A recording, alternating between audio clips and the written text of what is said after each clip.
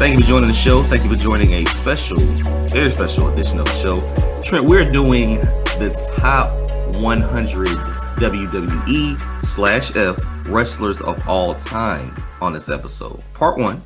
Part one of 4. You are now listening to the Wrestling Fans Podcast. I'm your host, BangEm South, Jason Fastkade, and my rankings partner is the best in the world, Trent Williams. So Trent, let's get into it, man. We're going to do part one of 4 of the top 100. So on this episode, we'll go, 76 through 100. We'll rank them backwards, obviously starting at 100. They come up with this project to do the 100 greatest WWE, WWF, WWF stars of all time. And we both submitted a ballot, and you had to submit all 100. And your number 1 got 100 points. Your number 2 got 99 points, all the way up to your number 100 getting 1 point. Awesome. So with that said, you enter the ballot, I enter the ballot. What we'll do here is we'll go 100 to 76, and then next week we'll do, blah, blah, blah. So are you ready, man? I'm ready. Okay, and just a little change up. Obviously, we have 2 separate lists. As we're going backwards, if I mention a guy that you have higher, we're just gonna wait until we reach that higher ranking, right? Right. Okay. Right. To talk about them, yeah. Okay, cool. Yeah, and basically with each person, I guess we could just talk about why we have them on the list, why we have them ranked, where they are, sort of, and just their pros and their cons. Okay, all right, cool. I'm ready, man. Let's do it. All right, I'll let you go first. Oh, wow. Listen, starting off at 100. Wow, top 100. Are you ready? I'm ready. Are you ready? I'm ready. Enzo Amore. He's not on my list.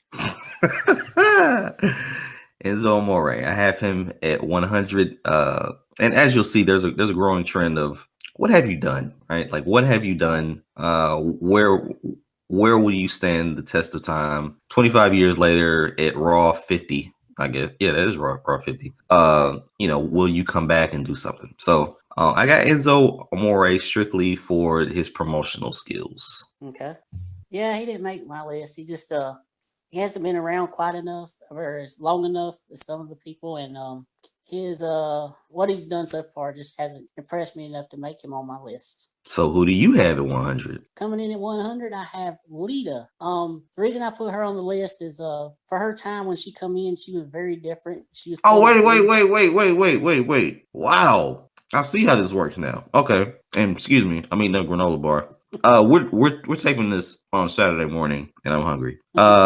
Okay, so I have Lita much higher. You have Lita at 100? Yeah. Okay. All right. I got Lita. So we'll talk about her later then. Much higher. All right. Okay, so why don't you go in 99? All right, my 99 is Harley Race. Is he on your list? Harley Race is not on my list. All right, that's a shame. He's a legend. Pretty much I put him on the list because he is a legend. I feel he's good enough to deserve on any greatest of all time list, whether you're counting overall or just WWE. The problem is the reason he's at 99 is because he just didn't do quite enough. Right. Right. Yeah. He had a feud with Junkyard Dog that led to their match at WrestleMania 3, and he also had a really good match against Hogan on an episode of Saturday Night's Main Event. That's pretty much his only really claim to fame in WWE. True.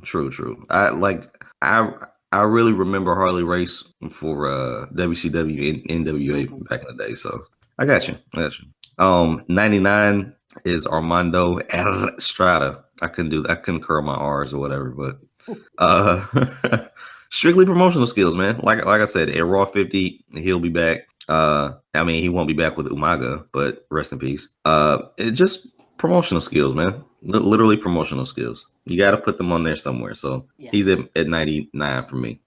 Question. Did you use the list of people that were actually nominated to go by when you decided your ballot? I have a list of people that are on the list that you gave me. Right, the nominees ballot. He was on there? Yeah. I seen him on there. On my I got the. Can you send me the list in the chat? Armando Estrada is not on there. I don't think he is because I don't think managers, unless they took bumps, were on the list. No, I'm looking at it now. Like Bobby Heenan is on there, right? Right. Jimmy Hart is on there. Jimmy Hart is not on there. Jimmy Hart is not on there? I don't think. Let me see. Jimmy. Mr. Fuji's on there, right? Right, because he had actual career before he was a manager. What about Jimmy Hart's not on there either? Jimmy Hart's not on there? No. Oh no, I bet your list didn't even get counted because you put people that weren't actually on the nominee ballot. Wait, Jimmy Hart wasn't on there for real? Jimmy Hart took. No. I mean, he didn't take bumps, but he took bumps. No, he's not on there. Holy smokes! Okay, check and see if Armando Estrada's not on there. No. Wait a minute, dude. Send me. Text me the. Text me the list. Let's see if you can do it. Hold on, I have to. Can I send it to you in Yeah, send it to me however you. Yeah, send it to me however you can. Yeah, that's fine. Yeah, you can do that. Let's see. Yeah, because I bet your list didn't even get counted if you're putting all these people that wouldn't even. Well, I submitted it and it went through. Yeah. So. Oh yeah, it'll go through, but the people that are counting the votes, I don't know if they'll accept it or not. Okay, I sent it to your Facebook Messenger. All right. Does it take a while for it to show up? Oh, and also Enzo Amore is not on the list either. Enzo is not on the list? No. Hold on, man. Let me see if I'm looking at a different list than you're looking at. Trent, I'm gonna just message you because I don't see it on the messenger. Wow, send message or send money. Jeez. You don't see where I sent it to you on the Facebook? Did you get that message? Yeah. Okay. Maybe it was just a different way of trying to open it. Okay, there we go. Okay. Hold on, dude. What? Did you get it? What? Okay, so that's right. That's right. Oh, wait a minute. I think I know what you're talking about now. What? Hold on. Remember when I asked? Yeah, I think that's what happened. Remember when I asked you about hey, can I look at my list? Yeah. Like I had to enter my list. Okay, here's what we're gonna do. Yeah, this is what we're gonna do. They did catch it. They did catch it because I thought I couldn't count. Here's what happened. Okay. I submitted my list because like you couldn't. Maybe you found a way to just upload them, but I had to enter the stuff one by one, right? Like 100 names. That's what I did. Okay. When I got down to submitting it, I only had like 98 names. Okay. Like it said like please complete 100 or something like that. And so I switched it. I switched it at the last minute, but I didn't change it on here. I think I had like Big Show was like 100 or like 99 or something like that. Wow, yeah. That's what happened. So basically, Enzo and Armando were like a very last edition because you had to have 100. No. When I created my list, Enzo was like I put mine in sort of tiers. Like, I mean, you'll probably see, but 76 through 100, you're either very early in the game now, right, or you had a long career, but you were kind of not a sideshow but you just like you might have been there for a long time, but you didn't do anything.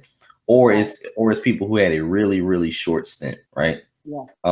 But yeah, when I did the list, like Enzo was 100, and then Armando was like 99, and then I kind of worked it around. That's why I'm looking for Big Show right now. But okay, all right, let's not even worry about that. But the list submitted, did it have Big Show at 100, or did it have Enzo and Armando? That's what I'm saying. I think it had Big Show at 100. Okay.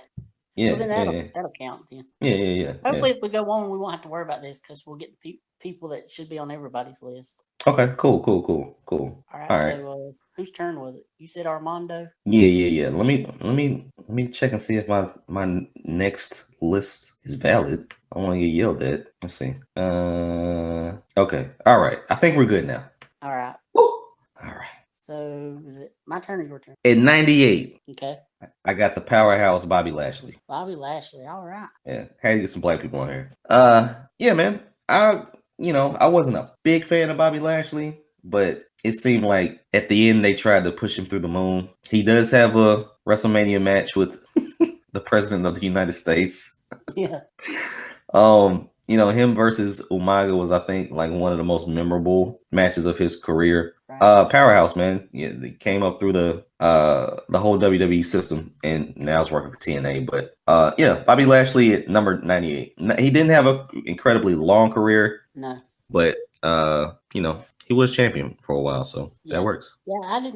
I didn't have Bobby on my list, but he's a pretty good contender for like the bottom 10 or whatever. Right, right. I wish the Bobby Lashley that was in TNA now was the Bobby Lashley that we saw in WWE because he's improved so much since he was in WWE. Improved on the mic or in the ring? Both. Okay, okay. I Yeah, always thought he yeah, was a little timid on the mic, so that's good that he's improved. yeah. And in addition to what all you said he had done, he also had a really good match against John Cena at Great American Bash '07, I think it was. Against Jersey John Cena or Never Give Up Cena? It was '07, so It was like I the guess it was. Thugonomics. No, that was after that. It was like right after he had faced like Shawn Michaels at WrestleMania. Right after he had like the Umaga match at January. Okay, all right. It was actually John Cena's best year, 2007. Oh And wow. we'll get to Okay. him later, way later. Yeah, Not even yeah, I'm on this pretty episode. sure. Not even on the next two episodes. All right, so who you got in 98? At 98, I have AJ Lee. Thought you were gonna say AJ Styles. Okay. No. Good. Okay. All right. Why is that? Do you have her? Hold on, I gotta check. I'm pretty sure I do. Pretty sure I do. See, now I gotta find them. Let's see. I don't. You don't? All right, Don't. I'll talk about her now then. Go ahead. Yeah. So basically, her 2012, she was like the MVP of Raw. Like seeing what she was going to do every week against with Daniel Bryan and CM Punk and Kane was always a highlight. She's kind of like in a way like Braun Strowman is today, where I tune into Raw just to see what she's going to do next. She's probably not the best in the ring, although she can handle her own. But her, just like Alexa, her promos and her character is what skyrocketed her to be on my list at all. I would give anything if she was able to come back and her and Alexa could have like a promo battle against each other. You know the crazy thing about that is, man, like you said, she was the MVP for that year. Right. I think she got what she wanted out of WWE, dude. Like, I mean, she wasn't the best wrestler, but like you said, it was the character and just the promos. And everybody watched Monday after Monday just to see what she was going to do. It didn't matter whether she was with CM Punk or Daniel Bryan. Everything just worked. I mean, yeah. And now she's propelled to books and TV deals. So I think she was in like the Madden commercial one year. It's awesome. Oh, yeah. Yeah. Wow, It's crazy. what's she doing in the Madden commercial? It was like one of those Madden commercials where Madden's cultural, right? So it was one of those commercials where everyone, like, they had different shots of everyone saying something about playing. Like if you're not playing, you're not cool, or I don't know. Okay. But it was like maybe 17 people in a 30-minute commercial. So I just remember that, like, wow, she's way past WWE now. It's awesome. Yeah, I miss her little cute butt skipping around every week on Raw. Welcome to the show, even on the top 100 episode. I like That's that. That's right. All right, is it your turn again for 97? Yeah, 97. I got Sensational Sherry. Sensational Sherry. Not only for the in ring, but listen, we got to talk about ballets. We got to talk about people who actually took bumps. And listen, if you're scratching eyes, raking backs, all that stuff, that's cool. But she was, I guess you could say, one of the original divas or the early female competitors. Definitely. And she held her own. So yeah. She's on my list at 97. Yeah, that's a good choice also. She didn't make my list. Sometimes I felt like she over-exaggerated stuff, and that was kind of a turn-off for me. Like, she went way overboard, but then again, she was around during the cartoony rock and roll era where every promo was somebody just screaming at a camera, so I guess she fit in pretty good. True. But yeah, she was great. I mean, no matter with who she was with, whether it was Shawn Michaels or Ted DiBiase or with Randy Savage, yeah, she was really good. All right, my number 97 is the Junkyard Dog. Wow. Okay. All right. Cool. You have him? No, I don't have him. I still have the wrestling man. I think that's what we used to call him. We didn't call him action figures, but like the rubber wrestling man that was so stiff that they couldn't move, but he has his arms out like he's on the cross. I remember that. Yeah, I still have that. It's crazy. Yeah. So Junkyard Dog, much like Harley Race, didn't really have a very long career in WWE, and he didn't do that much. But man, he was like very, very popular and very over. He was probably like the second or third babyface behind Hogan at the time, and he had that match at WrestleMania 3, like I was talking about with Harley Race against Harley Race. That's probably his only real highlight. Oh, and also against Terry Funk, he had a good feud that led to a tag match at WrestleMania 2, which is one of the only two best matches on WrestleMania 2. Okay, all right, okay. Okay, cool. Yeah, he was a favorite of mine. Just I don't know. It was cool to see a black guy just going crazy in the ring, Yeah. but never really a world champion or anything like that. Nope. All right, so this is where sorry, we are at number 96. Why did I want to say 69? Huh. So in the gutter. early this morning on Saturday. You was thinking about AJ Lee still. Yeah, I definitely was. She was a cutie. Yeah. So at 96, I have Scott Steiner. Okay. Not on my list. Not on your list? Nope. Well, here's the thing, and this is what I found when I was doing the list. I first put down the Steiner brothers, and I'm like, oh well, tag teams, like you gotta have, you know, a single competitor. But at the same time, some of those tag teams, if they didn't develop into something else, like obviously you're gonna have the Shawn and you're gonna have the Marty. I think that's where we really got that phrase from. Right. You kind of group them together. But he did come back. But I was always a Scott Steiner fan over Rick Steiner, but I was a Steiner Brothers fan. So definitely Scott Steiner. He's ranked so low because when he came back as a muscled up freak, Triple H pedigreed him and his pants were falling down. So yeah. Big Papa Pump comes in at 96 on my list. Yeah, pretty much everything you said. I mean, he was really good as one of the Steiners. He had him and Rick had a really good match against the Headstringers at WrestleMania 9. But they weren't around but 1 year, and then he really ruined himself by the time he came back in 03. And that match he had against Triple H at Royal Rumble 03 was just terrible. Definitely. All right. My number 96 is somebody who, if you don't have him on the list, I would watch out because he could probably kill you in an instant. And that is Haku. I've heard about the legend of Haku. Yes. Not on your list? Not on my list. Not on my list. All right. Haku, he was a really good, really underrated guy, really good worker. He worked really good as either a singles or a tag team. His tag team with Tama as part of the Islanders were really underrated. They had some really good matches, and they don't really have a standout feud. But I think one of the things that shows how much they cared about Haku was that they paired him up with Andre when Andre just didn't have it anymore, and they knew that Haku could carry the match to make it watchable, even if Andre wasn't in shape to compete. Okay. I never really looked at it like that, but you're absolutely right, my friend. Got you. And number 95, same thing, different scenario. I got Arn Anderson. Okay, he'll be on my list later. Okay. What's your 95? All right. My number 95 is Diesel, Kevin Nash. Whoa, really? Mm-hmm. Hold on. He's on my list later. I'm pretty sure he is. Wow. Yeah, he's on my list later. Go ahead. All right. We're in 94? Yeah. Okay. So it's your turn. Oh, the King of Strong Style. Nakamura. Short time. But I got Nakamura. And we are including NXT, right? Yeah, but it has to be like NXT years from like the network era. So it has to be like from 2014 on, not like the 2013, 2012. Oh, true. Yeah. True. So, I mean, that's where like the main roster, very short lived. But if you're talking about NXT, like one of the best, could they have an NXT Hall of Fame? I don't know. A NXT graduate school? I don't know. Why not? TNA had one. Yeah, definitely. So I mean, it's enough said. Shockingly enough, wow. I got Shinsuke, short-lived main roster experience, but he was on NXT and just dominated NXT when he was there. Hopefully good things are happening for him.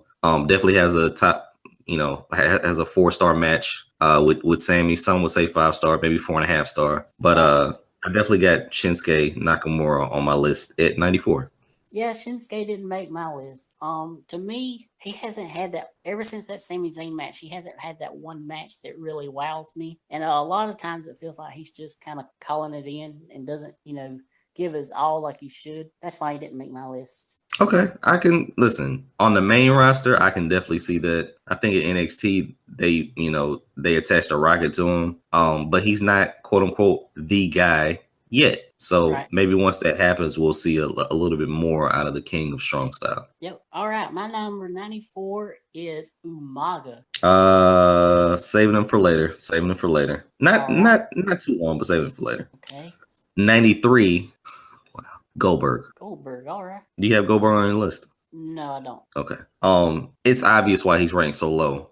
Short stints, but very powerful stints. You know, when he's there, the whole world gravitates toward Goldberg because he's freaking Goldberg, right? Even when he wasn't there, they had a guy named Gilbert, so that shows how much they wanted him there. But yeah, short stints. I have to say, with the last run, memorable matches just because they were shockers. So you know that adds to the mystique of Goldberg, along with him kissing babies and bleeding on national TV. So I got Goldberg at 93. All right. Goldberg did not make my list.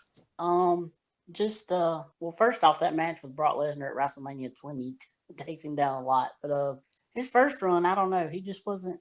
I just didn't enjoy his first run that much. He wasn't the dominator like he was in the second run. And right, the second run, I think it corrected right. the biggest mistake, which was that WrestleMania match. So you know that's why I think I have him so low. Short stints, very short stints. Definitely. I think if he didn't have that first run, it was just his second run, I might have put him in at like number 100 or something. But that first run kind of weighs him down a little bit.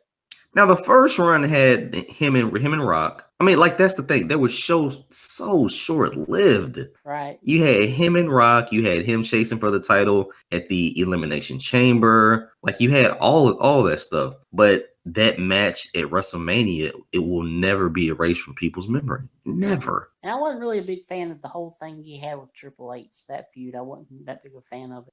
Yeah, I think that was more controlled by Triple H more because I don't think anything was a Goldberg creation, but they had to make him chase it. And when Triple H was in control, they're going to drag that out forever and ever. So, yep. You know. All right.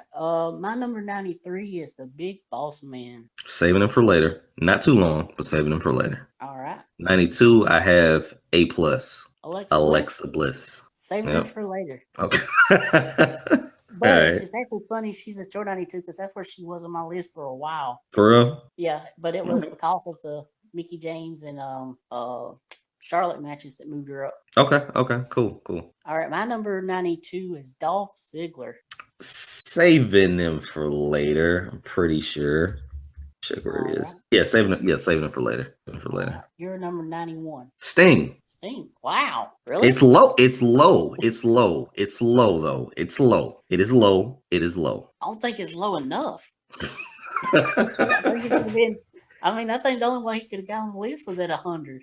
Well, let me ask you this: how many people do? And I don't know if this is the era that we live in, right? I mean, did back in the day that they bring in people for short runs at the end of their career and still put them on top? No. See, so like that's the era that we live in now, where you can have a short run and that run could be memorable, and it's you visiting for the first time too. So that's why I have them low. I mean, I remember that they weren't the greatest matches, but it's actually Sting being in a WWE ring, run-ins, promos, injury angles, matches. I mean, you got a match with Seth Rollins and Triple H in 1 year, I think. Yep. So I mean that automatically gets you some kind of status, but yeah, I got Sting at 91. The reason I don't have Sting is, and this again might be a Triple H thing more than it is a Sting thing. That match at WrestleMania 31, I didn't like it. First off, they didn't let Sting win. Then when Sting gets hit by a sledgehammer, he gets right up and shakes Triple H's hand. It just left a bad taste in my mouth. It was. Listen, I understand exactly what you're saying. It's just the mystique of Sting, similar to the mystique of Goldberg, right? I mean, we could. That's why I have Sting a little bit higher than Goldberg because there was actual matches there. But when you come in for a short run and you're put on top, it's like what? It has to matter. With a guy like Sting, you have to put him on top. People would be crazy. People would think he was crazy if you didn't, put him against the main eventers and have these dream matches.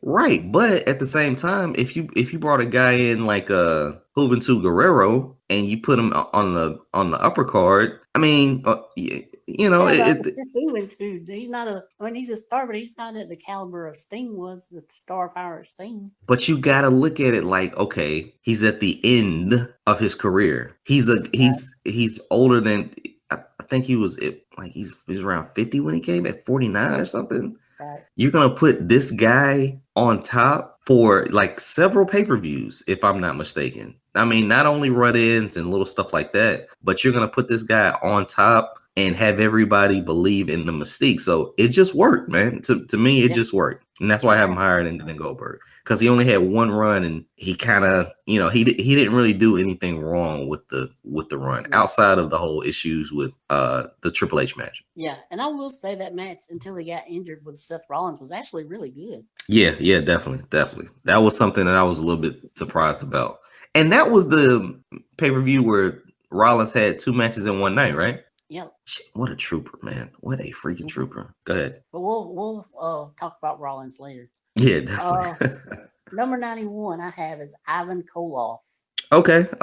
I can see that. I remember Nikita more than wait a minute. Yeah, I remember Nikita more than Ivan, but go ahead. Yeah, so basically he was the one that ended the 7-year plus reign of Bruno Sammartino. So I think that should get you on the list. And then I don't know. I actually don't even know if he did anything else much, you know, other than that. But he was like one of the most hated heels, the foreign heels, probably one of the first top foreign heels in WWE that they ever had, way before Iron Sheik come along. So that's why he gets on my list. Awesome. Nicely done. Finally got some heels on this thing. Yep. At number 90, really the same way. How could you root for America and then turn on him? Sergeant Slaughter. I have him way higher. You got him way higher? Okay, go ahead. Yeah. All right, my number 90 is Bam Bam Bigelow. Oh, way higher, Trent. Way higher. Go ahead. He's going into the Hall of Fame. Wow, jeez. 89.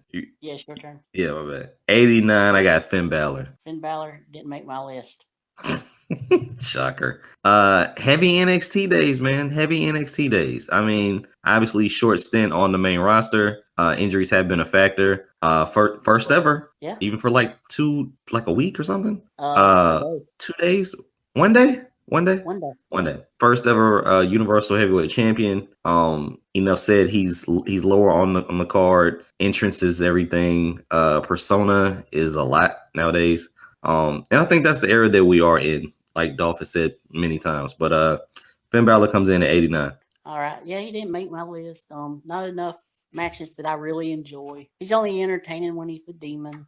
And he's not the Demon enough of the time. So that's why he didn't get on my list. All right. My number 89. Here we go. Alexa Bliss. You know, I should have made it. Well, I don't know if I could have because that's a good little leap, but I should have just made her 69. Welcome to the show, Trent. Welcome to the show. This is going to be broadcast live everywhere. Welcome to the show. What was it? 89? Yeah. Listen, tell us why you have her at 89 and you wanted her 20 slots higher. Yeah, I actually had her at 92 for a while. Then she had the matches against Mickey and Charlotte that bumped her up some more.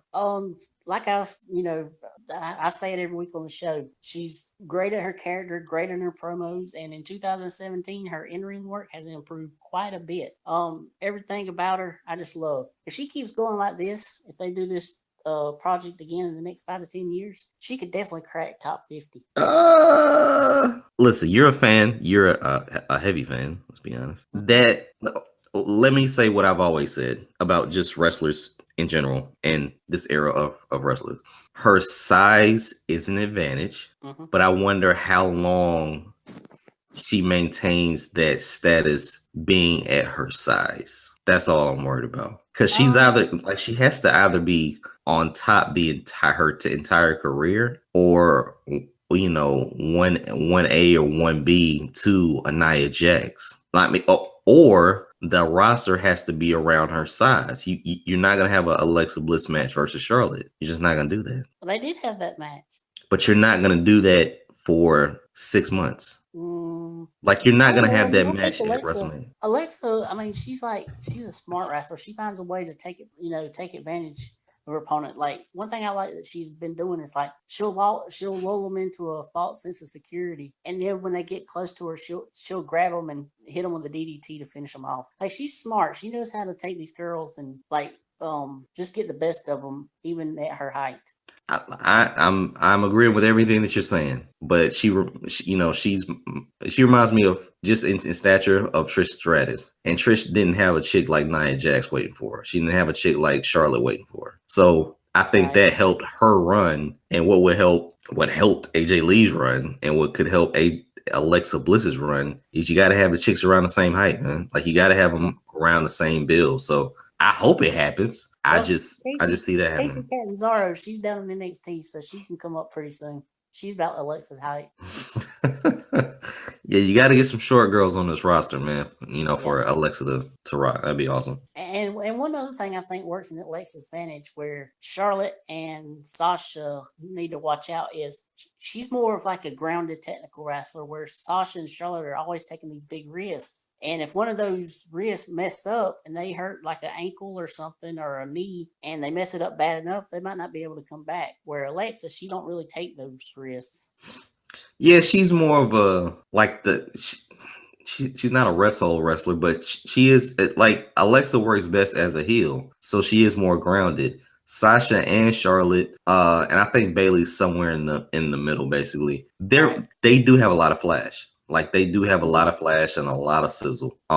So yeah, they could probably endanger themselves, but that's what puts them over so much, man. It's the fact that listen, we'll definitely get to them, but good luck for Alexa going forward. I think she'll have a long career with how she's built right now. Yep. All right, number 88. 88, I got Tito Santana. He's higher on my list. Okay. So we'll wait then. Go ahead. All right. My number 88 is John Morrison. Oh, way higher on my list, Trent. Come on. Way higher on my list. Okay. 87, which is not on your list, guaranteed. You ready? Yeah. Hillbilly Jim. Nope, not on my list. I was a fan of Hillbilly Jim, man. And I've almost become a bigger fan of him on podcasts, but yeah, I was a fan. Like when I think of that era, I think of Junkyard Dog, Hulk Hogan, Hillbilly. I think of those guys. Like I think of the Sergeant Slaughters, Macho Mans. I think of a cast of characters, and Hillbilly Jim was one of those guys, man. Super tall, super athletic. Almost like a Luke Harper. But very, very, very talented. Yeah, well, not as athletic, but and back then, man, you were in the era of Hogan. He was never going to be champion, like right. But Hillbilly Jim, man, and for such a long career, he didn't have a short stint, but he was awesome while he was there. All right, yeah, I did put Hillbilly on my list. Just not really enough there. I really haven't actually seen that much of him. I haven't really watched much of his stuff, but what I've seen hasn't really been too impressive. But I do hear he's a very nice guy when people meet him. Right, yeah. All right, my 87 is Earthquake. Oh, nice. Nicely done. Not on my list. All right, so Earthquake, he's like kind of underrated. People don't really mention him much, but for a guy his size, he could really move. And he never really, like a lot of big guys, like when they move around a lot, they get kind of exhausted and blown up. He never really seemed that way. He had the great feud with Hogan. Right. He had where he killed Jake Snake Damien and right. then fed it up to Vince McMahon and Lord Alfred Hayes and somebody else on one of their other shows and called them Quake Burgers. That was a pretty funny skit. And nice. He had a really cool debut. So his debut was Dino Bravo in the ring, and he was like challenging Warrior to like a strength contest, and they picked somebody out of the crowd to sit on their back to make it even harder. Well, he sits on Bravo's back and it's no problem. Then when he goes to sit on Warrior, he jumps up and does the earthquake splash to him. So compared to some guys, he had a really, really cool, unique debut for the time. Nicely done. And this was also John Tenta. Yep, Golga. Okay. Remember there Golga? You go. Yeah, I remember that. I didn't if they would have never told me it was him, I would have never known because he lost a bunch of weight. He did, man. Like he was tall, but you could tell there was a difference in just body mass. He was huge at one point, and then he just slimmed down, and still was big, right? Still was big. Yeah. So, and the one thing I think that works against him is the natural disasters. yeah. They didn't really have that many good matches, and to me, they kind of drug the tag team division down when they were around. Yeah, but like that's what I think of when I see the Authors of Pain. Like I think of big guys, but Right.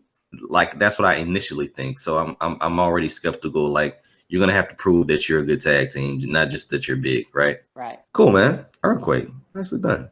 We're at 86. Yep. 86. I got Charlotte Flair. Oh, way higher. Way higher? Really? Yeah. Okay. All right. Good. 86. I have Dusty Rhodes on your list. Wow. I don't think Dusty's on my list. Yeah, I don't think Dusty's on my list. Another guy that's probably more remembered for his NWA WCW run, but he's the guy. He was given a crappy gimmick with the polka dots and everything, but he ran with it and made it work. He was always fun to watch with Sapphire. He had like one of the only highlights of WrestleMania 6 with the mixed tag match. Let's see what else. Oh, and he come back in 2013 to get Cody and Goldust's jobs back. He had a really good promo exchange with Stephanie McMahon where he actually stood up to her.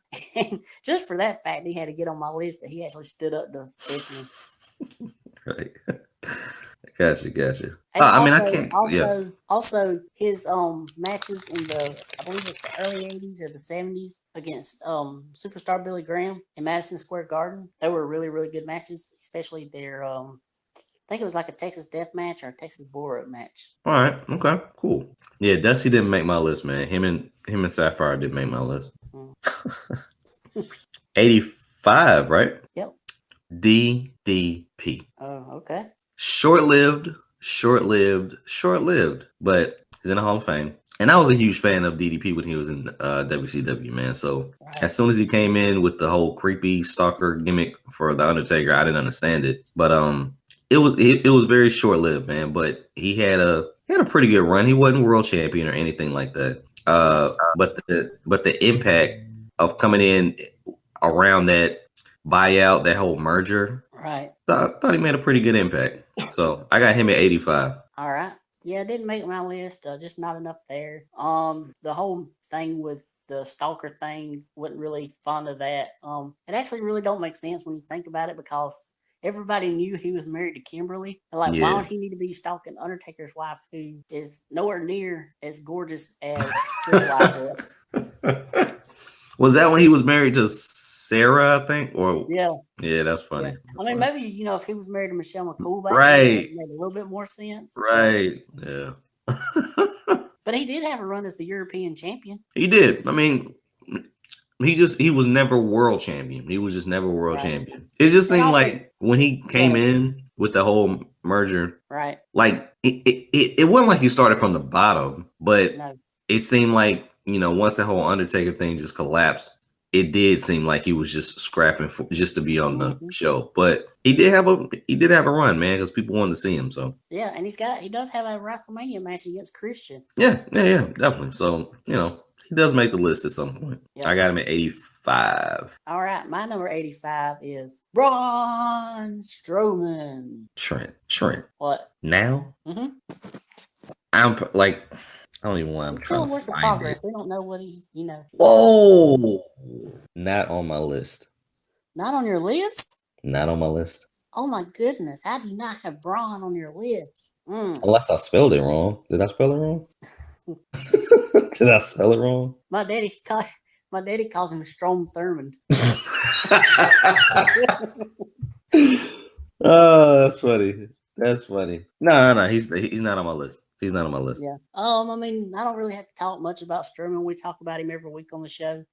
Another guy where I look forward to see what he's going to do and what he's going to say every week. And as of right now, he's my 2018 mixed tag team of the year. One half of it. I mean, his feud with Roman Reigns last year was just outstanding. Loved it, every minute of it. And he was part of the reason why I started getting on the Roman Reigns bandwagon, where I like Roman a whole lot more now than I did before that feud. Would Braun have been the MVP of the year had he not gotten hurt for 2 months, 3 months? I think he was the MVP of the year regardless. Regardless? Okay. Yeah. Okay. Who did people like? Who did people vote for? Like, oh, those haven't come out yet. Those haven't come out yet. But They yeah, should be coming out within the next couple of weeks, I would think. yeah. He ruled 2017. He just doesn't have a title to his name. What do you mean? He hasn't been champion yet. Well, that'll come pretty soon. I feel. I think he'll be champion by the end of the year. Do you think a championship would dull his reign? No, not if they booked him the right way, like had him be an unstoppable monster like they've booked Brock Lesnar. If they book him pretty much the same way, except he's on Raw every week, yeah, it would definitely work. But doesn't the Brock thing, and we'll get to Brock, pretty sure. Oh yeah, way later. The Brock thing works because he's on TV once every 45 days, right? Right. If Braun's there every single week, that's what I'm saying. I'm just afraid if he has a title reign and he's on TV every single week, booked as Brock, booked as the new beast, but he's on there every single week, it'll dull him down. If he's on there every week, but he's just a monster and he can do crazy stuff and it doesn't really impact the title picture, it just keeps him hot, I think that definitely works. But they need to get back to the attitude era, which they have with him, late in the show doing something crazy. If they do that even with a title, I think he'll be in good shape. Yeah, I mean, he would have to stay what he is now. I mean, he couldn't come out and all of a sudden start being like, cutting corny, goofy promos, like suffer and suck attached promos like they had Roman Reigns do. He'd have to stay the same person that he is now without the title. Right. Okay. Nicely done, Trent. Nicely done. Yep. 84. Sami Zayn. He's up higher on my list. He's up higher? Okay. We'll wait then. Yeah. Number 84 for me is the Iron Sheik. Oh, come on, Trent. Higher. All right. 83, Umaga. So this is the time we can talk about Umaga, right? Yep. All right. What hasn't been said? 3-minute warning. Umaga was an incredible talent, man, for his size, his athletic ability. The package with Armando Estrada, doesn't belong on this list. Everything just worked, man. He had matches against John Cena. He had matches against Jeff Hardy, Bobby Lashley. He was a super destroyer heel. And in those matches, it wasn't like he just played the typical heel big guy. Umaga had moves, man. Like Umaga could fly. Like he was athletic. So any of those matches, like the face went over and the heel went over because they were just really good matches. So I have Umaga at 83, well deserved. Rest in peace. Yeah. Everything you said. I mean, that match against John Cena at the Royal Rumble is probably one of my favorite matches of all time. I will say when he first debuted, I was a little skeptical because they had him as the Samoan savage kind of guy, and I thought we were a little bit kind of past that. I felt like something from the Hogan cartoony days, but he ended up making it work for him. And a great talent. He's one of the guys who, when I found out he passed, I was really sad because he was really young and he could have come back and had another run. And I think been real good. Did he die after he left or was released from WWE? Yeah. Okay. It wasn't long after he was released that he died. Well, now what happened? Do you remember why he was released? Like, was there any specific reason? I think he had failed a drug test and they offered That's what it him was. Rehab. And he didn't want to go. That's what it was. Yeah. Because he was hot. He was hot, wasn't injured or anything like that, but all of a sudden he was gone. So you're like, oh, what happened? Yeah. Right. Makes sense. Well, if you'll remember, I think he left for a while and then he came back and then started feuding with CM Punk. And then he was released. That's when he was released again. Gotcha. Yep. So we're on my 83. 83. Yep. All right. I have Tajiri. Nicely done. Go ahead. Not on the list. No, Tajiri's not on my list. Oh, yeah, just a really good talent. He's one of those guys just like Nakamura where he didn't have to say anything, just his facial expressions told a story. His pairing with William Regal and the chemistry they had together was hilarious. His matches against Rey Mysterio, Jamie Noble, they were all really great. Just a underrated guy. He also had some really good matches, one-off matches with Triple H in 2004 on Raw that were pretty good too. And that's why the 205 Live thing just doesn't work. They need to expand them outside of that region, man, and put them with real heavyweight contenders just to showcase their talent, man. That's how he got over it. The cruiserweight matches were awesome, but once they put him in ring with other talents, he shined, right? Definitely. And everyone wanted to see someone put in the tarantula. And the poison mist. Yeah. When he Definitely. blinded Nidia. Remember? Yeah. Oh, and we'll get to Jamie Noble too. 82. You ready? Yep. Rikishi. Oh, yeah, he's one of them that after I turned my list in, I kind of regretted not putting him on my list. Okay. Other than the fact that he did it for The Rock, no, Rikishi was awesome, man. He had a couple of incarnations, but he was Rikishi. And when he was a part of Too Cool, just on top. I think you could compare them to the New Day back then. Yeah. They just ruled the show. He was the heavyweight with the running with the little guys or whatever. But even when he was on his own, man, everyone wanted to see Rikishi. Like that was one of the highlights of the show. Never really a world champion, but it was very successful with the tag team division. And when they were on top and he entered the Royal Rumble and cleared everything out and just could dance, I'll still remember that. I'll never forget that. Yeah. So definitely he deserves to be in the top 100 as far as I'm concerned. Rikishi was awesome. He was an awesome talent. Yeah, definitely. I mean, going all the way back to his days with Samu as part of the Head Shrinkers, they were a really good team. Then he had a couple of crappy gimmicks like what was the one? He was like a good guy, but he's like doing it for the kids or something like that. Like he was part of like a street gang, but it was like a good street gang or something like that. I don't remember that. I don't Yeah, that remember was like that in one. like 95, 96 maybe. Okay, And okay. then he had the run as the Sultan, which wasn't any good at the I time. remember that. That was like he had something over his face, right? Right. Yeah, I remember that. Yeah, that was just weird. Yeah, and then talking about with Too Cool, which I don't think nobody ever expected them to get as over as they did. But I mean, they Heck were no.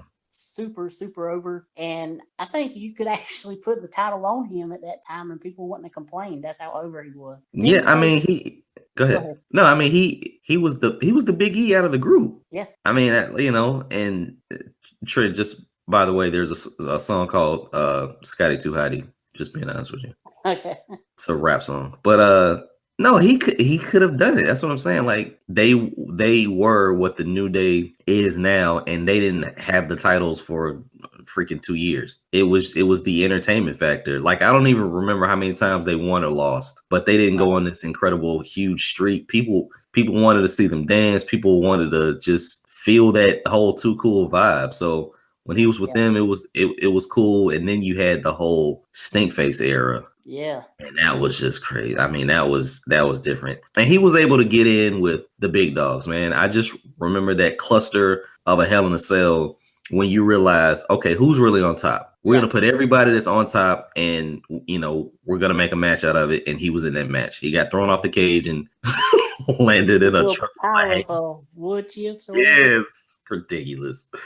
But he was one of the top guys, man, in that era. So shout outs to Rikishi. Yeah, and he also had a very underrated feud with Val Venus in 2000, where they had a steel cage match where he jumped off the top of it. Okay, I'll have to check that out again. Val Venus and Rikishi, right? Yeah. Okay, yeah, I'll check that out. 2000. All right, cool. Yeah. The only thing I didn't really like about his heel run is I felt it was a little bit too soon. Like I don't think people were done rooting for him at that very high level for them to turn him. And I think that's why it ultimately didn't really work out the way they wanted to. Yeah, that whole thing about, who shot JR, who ran over Stone Cold. I don't think there was going to be a good winner in that whole situation. But, he gave us one of the most memorable lines ever. So. Yep.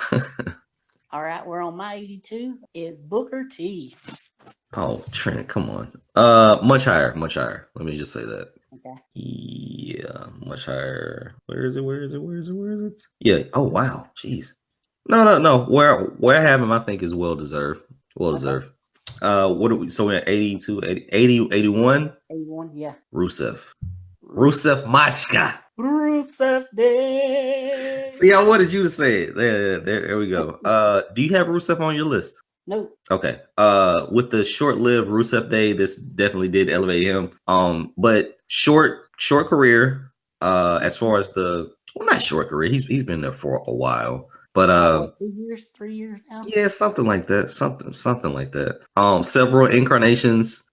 Still really being Rusev, but just paired up with different people, different ballets, tag teams, just that whole thing. Been on his own for a while now, but extremely good talent. Held titles, had significant feuds. I think him and Cena will probably fight each other when they're 90 for some reason. And It'll be a flag match.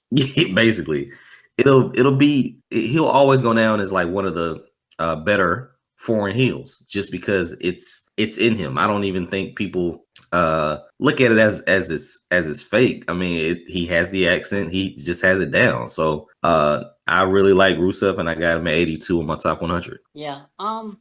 Yeah, I mean, nothing against the guy. I think he was just it was just the fact that I had people that I wanted on the list more. That's the reason why I didn't put him on my list. I think had he always showed the personality that he is now, I would have put him on the list.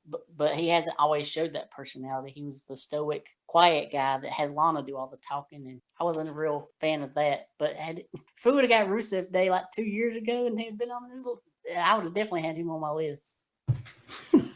Gotcha.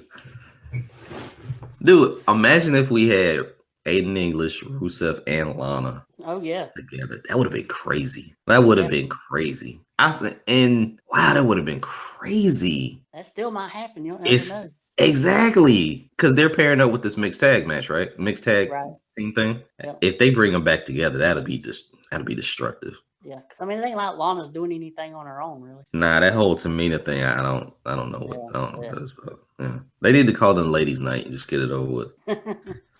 Okay. Yeah, I mean, anytime she's next to Natalia, that's a bad thing. Anybody that associates themselves with her. Who's your 81? 81, my 81 is one half of the top guys, Scott Dawson. Okay. Why? Just what they've done for tag team wrestling in the last couple of years. Their matches on NXT are incredible. They really rejuvenated the tag division in NXT and made it a reason to want to watch the takeover shows. True. They brought a the Southern tag style to WWE like it never been seen. Really just overall a really, really great performer. And I put Dawson on the list over Dash because I consider him the leader of the two, and he's a little bit of a better talker. Dawson is the bald-headed one, right? Right. Yeah. Dash doesn't really talk that much. He doesn't talk that much. Yeah, he definitely didn't talk when he had his mouth wired shut. Oh man, yeah. Gotcha. Okay, well deserved, man. Well deserved. Yeah. Although they came back a couple of weeks ago, and we haven't seen one sign of them since then. Yeah, I think you fall into that whole holiday season thing. Yeah, because they came back 2 weeks ago? Yeah, it was like 2 or 3 weeks ago. 2 or 3 weeks ago? Yeah. Happens. Yep. All right, number 80. I think we can do this now. Big Boss Man. All right. Law, Order, and Justice. What do I have to say, man? Hall of Famer got choked out on WrestleMania that made me and my friends a little bit uncomfortable. He played his gimmick well. Matches against Hogan, Undertaker, pretty much any and everybody back then. When you think about that era, you think of the Big Boss Man. He was one of the WWE creations. Didn't he ride with the Mountie for a little bit or something like that? Yeah, he had a feud against him. Yeah. So listen, he went up against everybody, and when you think of that era, you can't discount the Big Boss Man. Never was a world champion, but you were in that era of Hogan, so it wasn't gonna happen. I think it was when he tag champ at least once. Yeah, that was when he came back in like 99 or 98. Right. So I mean, he has some kind of goal, but hardcore title. Yeah, hardcore title. Yeah. But listen, Big Boss Man deserves to be on the top 100. Even for just the persona, right? I mean, never a true powerful promo, but he played his gimmick, man. He played his gimmick, whereas now everyone tries to come over as themselves. He played his gimmick very, very well. So Big Boss Man is at my number 80. Yeah, I put Boss Man. I mean, he comes in with Akeem as the head shrinkers. They're a really good tag team. They have one of my favorite underrated WrestleMania matches with the Rockers at WrestleMania 5. Then he goes to feud with Hogan, and they have a really good steel cage match. He turns babyface, and he's super over. He's like one of the top baby faces at the time. Feuds against the Heenan family. Then he leaves and comes back in 98 and part of the corporation. And then late in mid '99, he has some really good hardcore matches against Al Snow, minus the Kennel from Hell match. But the highlights for him in his '99 run is the just the fact that he was just an evil SOB because he fed Al Snow's dog to him, and then the whole stuff with Big Show's father's funeral and stuff. Yeah, that dragging the casket. Great heel work here. Yeah, I remember that. I definitely remember that. Jeez, that was crazy. Yeah. Well deserved, man. He had a lot of moments, definitely a lot of moments. Yeah, his Hall of Fame induction was long overdue. And his daughters and his wife inducted him, or just his daughters? I think his daughters and his wife. Okay, I think I remember that. Yeah, wasn't that the one? I think that was the one where she's talking about the nightstick and talking about he used that on her or something. Yeah. And we got laughing about it. Yeah. I know I remember that thing for some reason. Yeah. All right, so and wow, we got what, 5 left, 4 left? Yeah. 79. Goldust. I haven't done my 80 yet. Oh, you didn't do your 80. That's right. Go ahead. My number 80 is the last kicker, Becky Lynch. Hold on. Pretty sure that's a little higher. Hold on, sorry. Oh, come on, baby. Did you make the cut? Oh no. Hold on. Oh, she didn't make the cut. I know why she didn't make the cut. I know why she didn't make the cut, but no, she didn't make the cut. Go ahead. Well, that's a shame. Darn shame. Whatever. Hold on. Let me check something else. Because if she didn't make the cut, I know who also didn't make the cut. Ellsworth? Nope. No. We'll definitely get to it. Yeah. Go ahead. All right, so I put Becky on the list. She's my first 4 horsewomen. Just to let you know, I do have all 4 of them on my list. She's one that, I mean, she's probably the most technically sound of the 4, and she's also like been in the business the longest out of the 4. Okay. But she seems like she's always the 4th person. Like, she always gets left out. Like, she don't get the praise quite as much as the other 3 do. But I think she's really, really good. I think her SmackDown Women's Champion, and then her promos are pretty funny, and especially when she gets all fired up. And then also she has the which this don't really count to her WWE career. She has the promos she does where she does like the puns and stuff that I find kind of amusing. I think she doesn't get the credit she deserves because she doesn't have that match yet. Yeah. But I do think her main roster experience, with a slight edge to Charlotte and Sasha, because they were battling each other every night. Mm-hmm. I think it's been better or one of the best out of the 4 horsewomen. Yeah. She built the SmackDown from scratch. She was the reason that I bought a ticket to go see SmackDown. I mean, like that's just what it was. I wasn't really a fan of Becky Lynch when she was in NXT. I knew she was billed as like the powerhouse and, like you said, the most technical. But she didn't have a lot of flash back then. On SmackDown, her charisma just is exudingly abundant on the Blue brand. So it definitely works, man. I like her on SmackDown versus NXT. Yeah, I mean, I guess her best match on NXT was the match with, I think it was Sasha at one of the takeovers. But it got like way overlooked by the time, the whole Bayley and Sasha matches happened. Hold on, dude. My bad. No, I remember Bayley and Sasha like on one of those NXT one-off matches.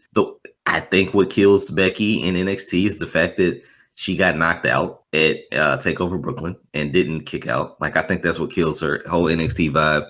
Plus, she was, she had so many incarnations there. So, but like I said, the Blue brand, Becky Lynch is awesome and definitely a fan favorite, a champion, first ever. Mm-hmm. So it works, definitely works. Yep. All right, you're 79. 79 is Goldust. Goldust, I have him higher. Okay, I can't knock that. Go ahead. All right.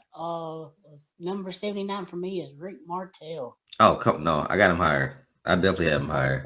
Yeah. I didn't expect you to have him on your list at all. Why? I don't know. I just didn't think you. I don't know. So you don't remember Old Dude Toilette? You don't remember? Yeah. Yeah. He's in the ring with Mean Gene. He's like, "This is toilet water." That's funny. I always love that. All right, you're 78. Okay, 78. China. Not on my list. Hold on. Let's do that over. Number 78 on my list is China. Now you say what? What? Not on my list. Trent. Okay, I have China on my list. just because of her groundbreaking performance, her debut, the changes that she went through, the championships that she had, what she will be remembered for is one of the most dominant athletes, can't even say female athletes, ever. She wrestled men. She was an enigma. She entered the Royal Rumble back when, like, before they even conceived of the whole first women's Rumble. She entered it with men. Like I said, she just changed so many times, physically, emotionally, creatively. Different feuds. I mean, she was a part of the show in so many different ways that I could not have her leave the top 100. So I got her at 79, and I think it's well deserved. You mean 78? Oh, sorry, yeah, I have her at 78, and it's well deserved. And I think she should be inducted into the Hall of Fame. I know this Hall of Fame gets a lot of criticism, but for what she did and for what they try to copy in little pieces and in little segments here or there, she definitely deserves to be in the Hall of Fame. Yeah, I mean, yeah, everything you said was valid about her, but the fact is, yes, she did all that stuff, but she wasn't that good at the stuff. I mean, her matches weren't really that good and were sometimes kind of sloppy a little bit. You're killing my vibe, Trent. No, listen, was she the greatest wrestler? No, but she had an impact, dude. Like, if I'm not gonna compare her to other talents, but she had an impact. Just put in one box. Okay, yeah, she sucked as a wrestler. What else? Like, she was on the no. What I'm saying is, okay, if she sucked as a wrestler, okay, she sucked at this. What was she good at then? And if she was in whatever she was good at, she was good at it a lot. Because the chick was on the show, the chick was on posters and promos and video games and all this stuff, man. Like, people know Chyna even before her TNA run or the Triple X career. So I definitely have Chyna on the list. Yeah. Yeah, it just didn't make my list. I mean, she's one of the ones that is probably in the Facebook group. She's discussed a lot whether she should make it or not. And for me, she just didn't make it. There was more people I thought that I needed to put on the list before her. I got you. No problem. No problem with that. What's your 78? 78 is a female wrestler that can wrestle her way better, and that is Miss Mickie James. Oh, I got her way higher. And it's well deserved. The Mick kick. Okay. Yeah, definitely got her up there. 77. This is easy. And I put him low. Oh yeah, he's higher. You have him higher? Yeah. 20 slots higher? I'm not sure how much. Okay. What's your 77? My 77 is Arn Anderson, which I think you already had. Yeah, I got Arn. Yeah, you had him at 95. Did we discuss him then? Oh, no, we didn't discuss. Okay. Yeah, let's discuss him now then. Go ahead. Oh, yeah. So Arn, they were only there a year, but I mean, they had really good matches against, the Rockers and the Hart Foundation and the Rougeau brothers. And he was just, I mean, he's another one much like Harley Race, where I feel like he should be on any greatest of all time list, no matter what it is, when it comes to wrestling. So that's why I put him on my list. Yeah, it was that whole coalition, right? The Brainbusters, and then literally just being Arn Anderson will get you in regardless. So yeah, well deserved, man. Well, not a long career because he's one of those NWA WCW guys, but well deserved. Yep. All right, our last one for the day. You go first. All right, my number 76 is Finlay. No, way higher. I'm appreciative of Finlay, not only because he birthed Hornswoggle, but no, Finlay's not on my list. Oh, he's not on my list.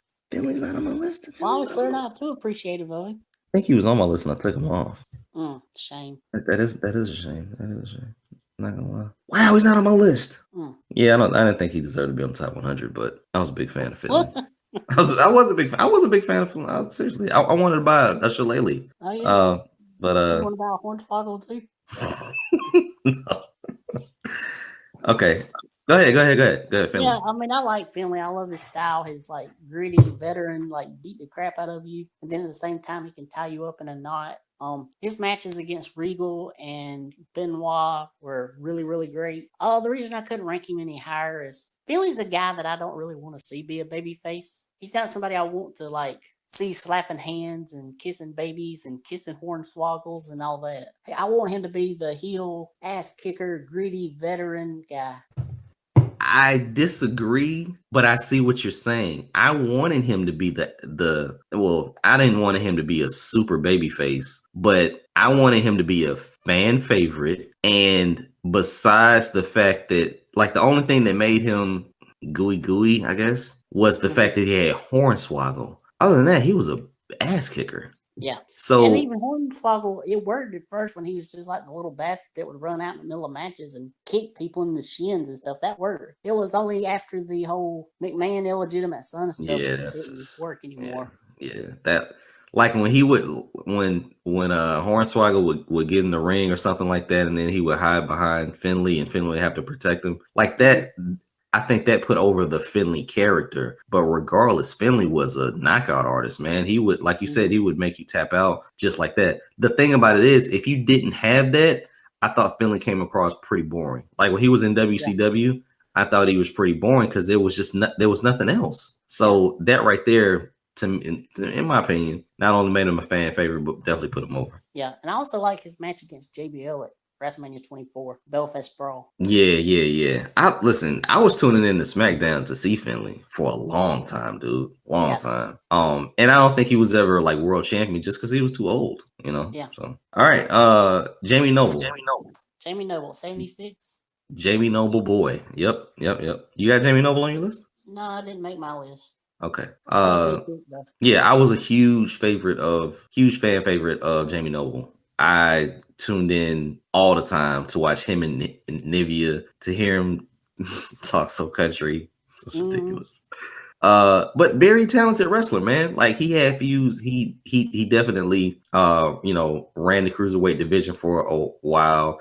To me, when I saw Noam Dar and Alicia Fox, I thought of him and Nivea. Like, I just thought they were a different recreation of that. And there's probably been several more, but you had this little guy who could definitely move, who could definitely wrestle, with this beauty beside him. So that whole gimmick worked. And like I said, in ring, he was a very, very talented wrestler. And back then, like, the cruiserweight division was on top. So definitely, I had to put Jamie Noble on my list. Yeah, I didn't put him on my list, but a good choice. Like I said, everything you said, he's a great wrestler, good talker, really entertaining, and actually pretty funny with him and Nidia getting their double wide trailer after winning the cruiserweight title. We're getting a double wide. Listen, that stuff was funny. It's actually kind of the first Heath Slater. Like, Heath Slater's sort of like that. Yeah, that's what I was thinking when Heath Slater did all that stuff, like getting the in-ground, above ground pull, all that stuff. I was like, okay, well, they're doing the Jamie Noble, but Jamie Noble was so country, or just so over the top. When Nivea had the fur and all this, it was just so over the top that it worked. So I definitely see them copying that again. So I'm very appreciative of what Jamie Noble brought to the ring. Yep. So that's it for today. All right, so that is part one. We went 76 through 100. I had flub ups, I had mess ups, but we'll figure those out. So Trent, I need you to send me your list. I'll screenshot it, and I'll screenshot my list with some of the mess ups that I have, and we'll put those online. I'll put this video out probably today or tomorrow. But we will screenshot our list and put those on Twitter for people to view. As always, make sure that you hit. I can wait until we finished all of it before I put out the written version. Like, I'm making like a spreadsheet that's got my list and your list next to each other. Oh, so you're typing my list as I mentioned them? Yeah. Okay. So what do you want to do? I can keep track of who we've talked about and who we haven't talked about. Well, let's still put them out though. Like, let's still put them out. Like, that'll give us 4 extra posts. That'll give us 4 additional contents. All right. Yeah, just I don't know if can you screenshot them or just do like the pic.twitter.com link or something like that. Yeah, I'll try to. Yeah. Okay. All right. Yeah. See if you can do that. Just post them up there. Whole list or just 76 through 100? Yeah, 76 through 100. So we'll have a post for each show. So when I put the video out, I can add the Twitter link too, or just add this picture link. Twitter picture link. But when I post it, here's what I'll do. When I post the video, I'll say, hey, maybe you can retweet it with the actual 76 through 100. Maybe that'll work. But yeah, let's actually get the list out there just so we're just on people's minds. All righty. Cool. Yeah, I'll send it to you. Yeah. Cool. Well, I mean, at this point, you don't have to send it to me. You can just You can tweet it. Okay. You can retweet it whenever. That'll work. All right. So when you post it on Twitter, just retweet it. Yeah, when I post, hey, this is a new video, top 100, blah blah blah. You can, and I'll be like, hey, BangEm South and MTW 3589 with the top 100. You can retweet it with the 76 through 100 screenshot. Okay. Yeah, that'll All right. work. Cool. All right. As always, listen. You've listened to part 1. We got 3 more parts to go before we hit number 1 on our top 100. But definitely hit us up on Twitter at TWF_podcast. If you're a wrestling fan, a huge wrestling fan, and you want to talk more about welcome to the show, tweet Trent at MTW3589. And as always, make sure that you hit me up on Twitter at BangEm South. Our Facebook page is facebook.com/TWF podcast. And all the videos will be out there on our YouTube channel, The Wrestling Fans Podcast. With that said, Trent, we got a lot more to go through, man. We got 3 more weeks of this. We're counting down to number 1. It's been exciting. It's been a fun Saturday morning. And I will talk to you later, my friend. All righty. Take care, man.